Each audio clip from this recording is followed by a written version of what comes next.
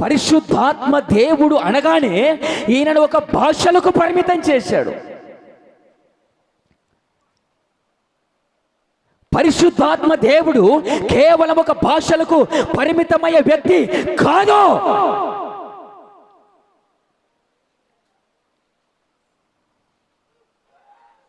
దానికి మించి కొన్ని పనులు పరిశుద్ధాత్మని ద్వారా జరుగుతాయండి. లేఖనంలో దేవాది దేవుడు చెప్పిన సత్యాన్ని ఈ లోకంలో ఉన్నవాడు అసత్యములోనికి అలా త్రిప్పివేయబడ్డాడు. వాటిని అనుసరిస్తూ అలా అని నేను భాషలు లేవని చెప్పటం లేదండి, భాషలకు వ్యతిరేకిని కాదండి, టంగ్స్ లేవని చెప్పటం లేదండి, పరలోకపు భాష లేదని చెప్పటం లేదండి.